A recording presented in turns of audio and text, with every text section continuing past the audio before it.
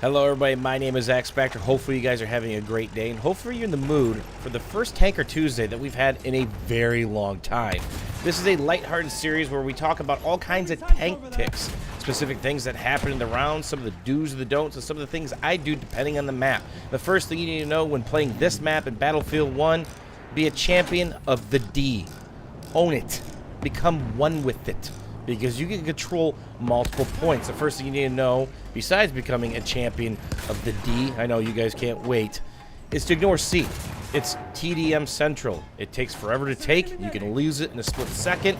Meanwhile, if you did take it, you probably lost the rest of the map. In the Battlefield series, there's usually a flag on every map, which is a sucker's bet. C is a ton of fun to fight at, but it usually doesn't work out when the end score is being calculated, because it simply takes you too much manpower to take and to hold, not to mention all the hiding spots. So here we have a land ship. Figure out which gun is being used, rotate out of that, or sit in front if it doesn't have secondary or a third gunner. Now, if that's a tank hunter variant, you need to figure it out as quickly as possible, because if it's too late, you're probably dead. It can insta-gib a light tank. Light tanks are extremely fragile.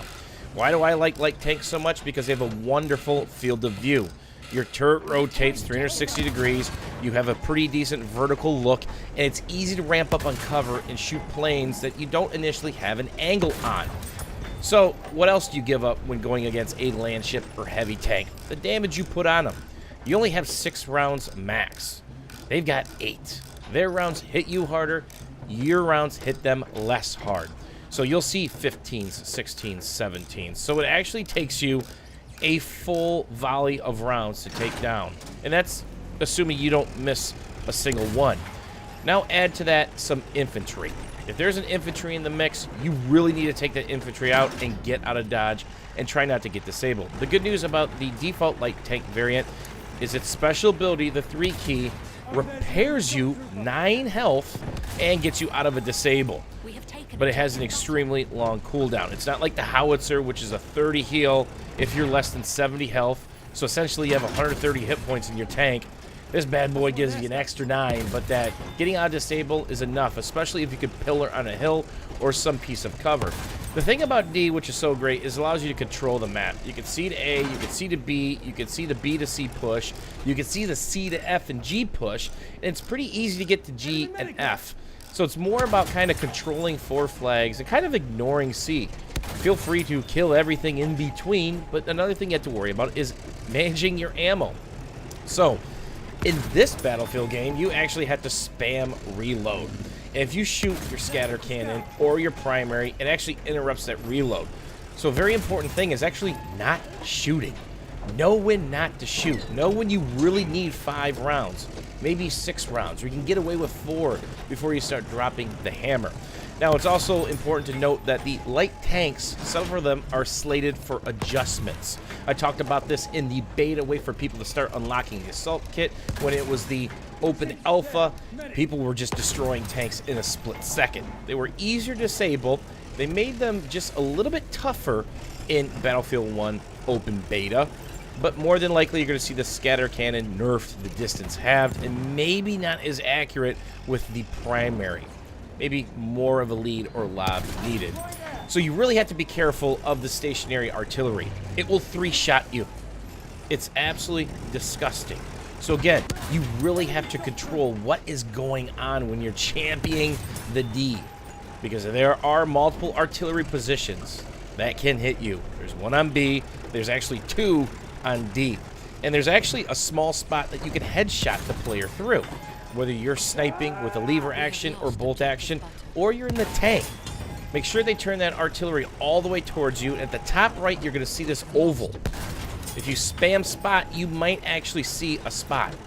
That's when you shoot. Obviously, the primary shell will absolutely destroy them, and if you're pretty good with the bolt or the lever, you will one-shot them as well, leaving them scratching their head and wondering how you just did that. And here's a perfect example. Went from 89 to 52, and I've got to be careful not to waste my ammo. So you see I'm down to 11, seeing if I can bait him back onto it. One thing about the artillery shell that you need to know is if you start the reload process, you can actually get off of it. It'll finish the reload, jump back in. So maybe you have K bullets. Maybe you have an anti-tank nade that you can double up your damage and pile on that damage. So I actually didn't use my special ability there because I think I can save it. Again, the special ability is 9 health and gets you out of disable. I actually hit that guy by accident. I was aiming for somebody on the artillery shell that I just hit for 69 damage. Now, whenever you're in a tank, make sure you're not cresting. You're not peeking that hill, because if they can get a hold of your turret, again, anything that interrupts that repair is going to basically ruin you. That's the biggest thing to know when taking out enemy armor. Space out your damage.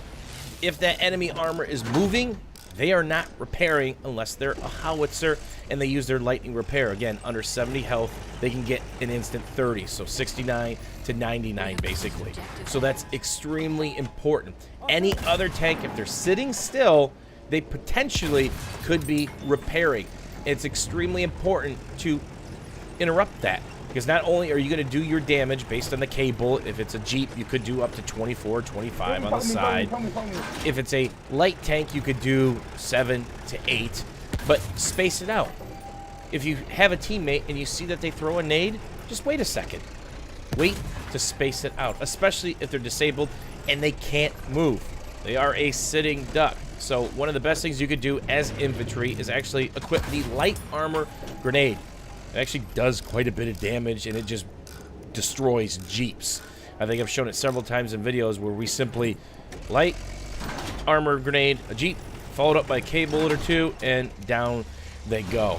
And here you see, you can actually use the scatter cannon on the Jeeps. The damage kind of stacks weird. More than likely, that's kind of a bug. But you also have to prioritize your targets. Assault most certainly have to go first. Sometimes you actually ignore armor to kill some of the assaults. So if you see a sniper, they could be picking away at you, but if an assault class has an AT rocket, or they've got double nades, and then of course they have the light armor nade, so they actually could have 3 nades and they're point blank, they can absolutely dump truck you. And it doesn't matter if you are a light tank or if you're a heavy tank, they can absolutely destroy you. The biggest thing to know when playing armor is to play the cat and mouse game when dealing with heavy armor. If you can keep them off the flag, you're doing your job. But remember, if they come at you, if they rush you, they will absolutely destroy you in a few rounds, because simply put, their rounds hit you harder, yours don't hit them as hard. And again, we talked about this earlier, it takes 6+ shots depending on what's going on. So you really have to be careful. That doesn't leave much room for air or shooting at a passing plane or any infantry that might be around. You really have to pick and choose your fights. So with the light tank, you have to be extremely careful.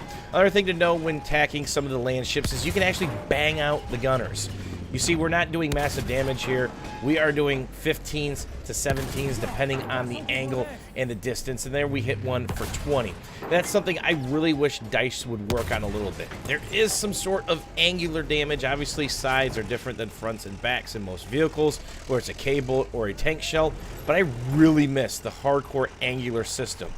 Think about getting behind a tank with a fat RPG. You know you're about to do 55+ damage. And if you go prone, quick switch, another 50+ is coming. And as long as you time their APS properly, there is absolutely nothing they can do about it, because depending on which tank it is, that booty might be a little too juicy, and they don't have down angle with the turret. That doesn't seem to be a problem in this game, as most of the turrets do have down angle. But if it's a heavy tank, they can't turn. You're forced to switch out on one of your other guns. Another thing you really need to be careful of is Jeeps. Most mobile things in the game. The last thing you want them to do is get by you and get pressure on one of your gimme flags. Where the gimme flags are those closest to your deployment. It's important to keep those because, again, those are gimmies. Those are easy. So here you see some heavy tank damage. We're not going to be able to finish this guy up because I only had several rounds, but we can soften him up. Get him closer to a disable. It's at that point in time that the rest of the team can help. So more than likely there, that was a finishing blow at 19. He was kissed and touched up by a couple anti-armor grenades. Again, the most amazing thing in close quarters, whether it was the Battlefield 1 Alpha or the open beta, tanks in close quarters in the villages, no matter what map it was, just simply disappeared. It happened to me a couple times. We saw it all the time when I was live streaming the game. A tank would make a wrong turn. Good night. It really only takes 2 assault players, or an assault player and a couple recon scouts that have K bullets and maybe an anti-tank nade. So, much like other Battlefield games, infantry are your big weakness. The tanks are slow enough that usually you can get out of dodge without taking too much damage. So whenever you're approaching a flag, send out a warning shot. Look for a hit marker. You know where people are going to hide and be. There's only a couple spots.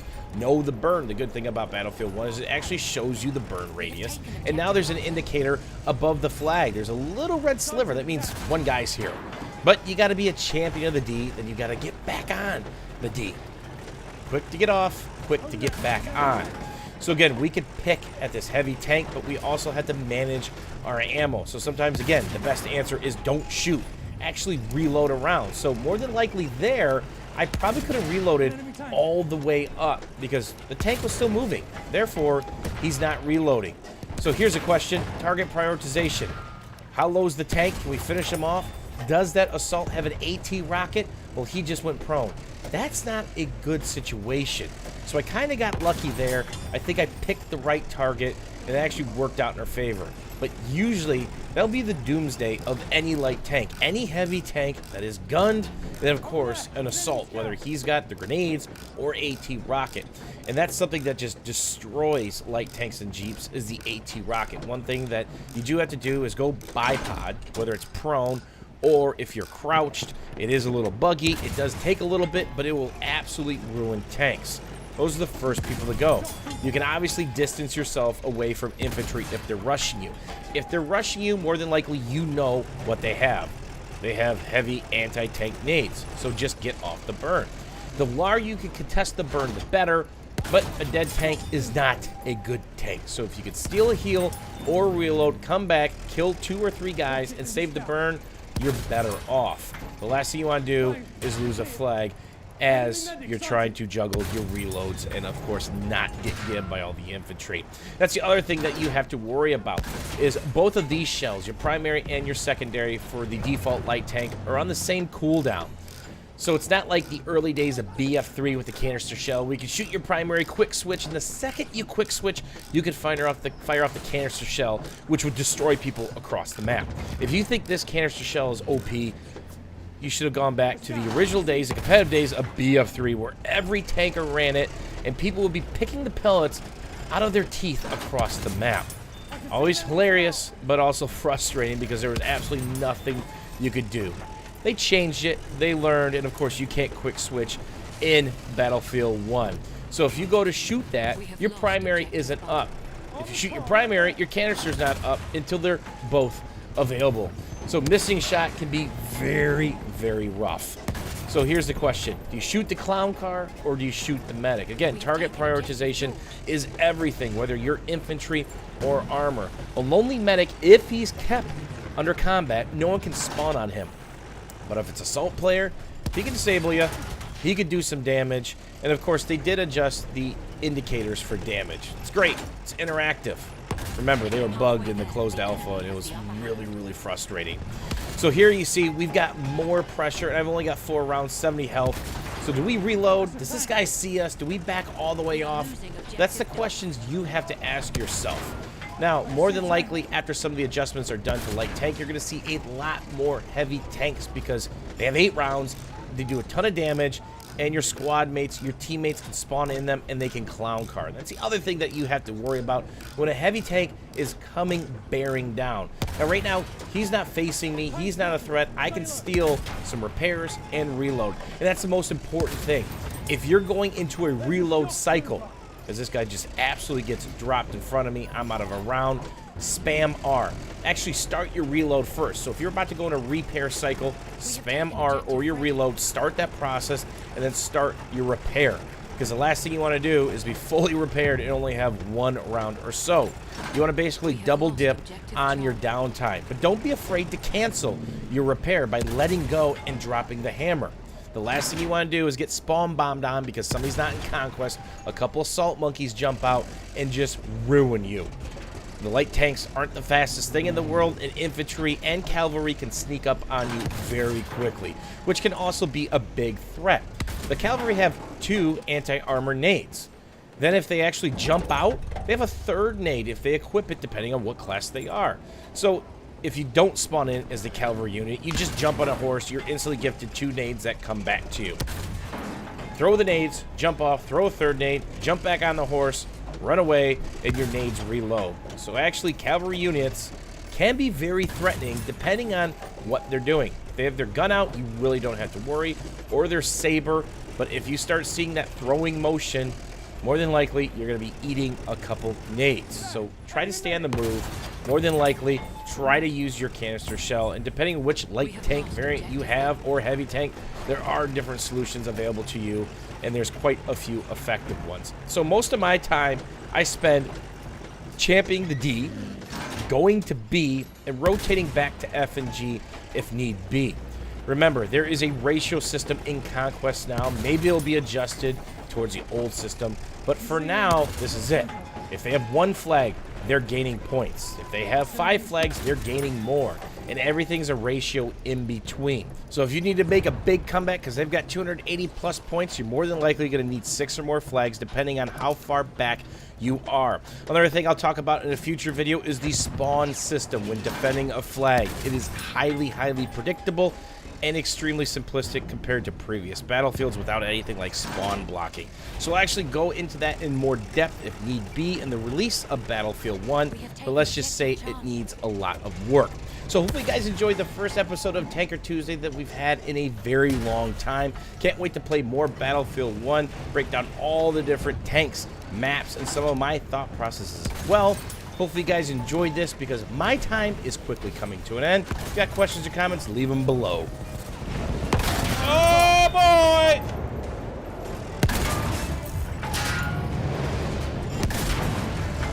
This is it, folks. This is how my story ends.